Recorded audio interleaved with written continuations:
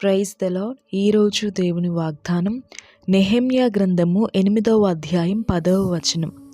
యెహోవా యందు ఆనందించుట వలన మీరు బలమొందుదురు.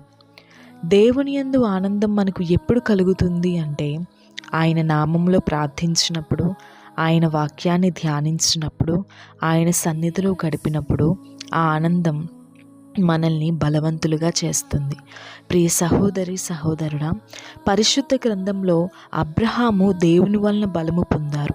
ఇది మనకి రోమా పత్రిక 4వ అధ్యాయం 21లో కనిపిస్తుంది.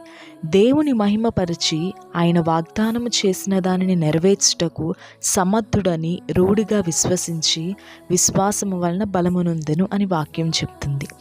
రెండవదిగా హన్నా కూడా దేవుని యందు బలము పొందుకున్న స్త్రీ.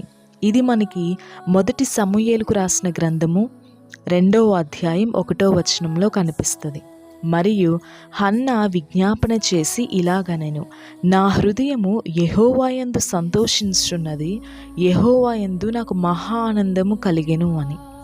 మనము కూడా బలము పొందుకోవాలి అంటే ఆయనలో స్థిరంగా ఉండాలి. భక్తులు అలా ఉండడం వల్లనే దేవుని యందు ఆనందించటమే కాకుండా ఆయన యందు అధికమైన బలమును పొందుకున్నారు. ఎప్పుడైతే దేవునిలో మనం స్థిరంగా ఉంటామో ఆయనలోనే ఆనందాన్ని వెతకగలుగుతాం. ఆయనలో కలిగే ఆనందం కావచ్చు, విశ్వాసం కావచ్చు, అది మనల్ని బలవంతునిగా చేస్తుంది. లోకాశల వైపు మరియు లోకంలో కలిగే ఆనందాల వైపు అది మనల్ని నడిపించదు. ఆమేన్. God bless you.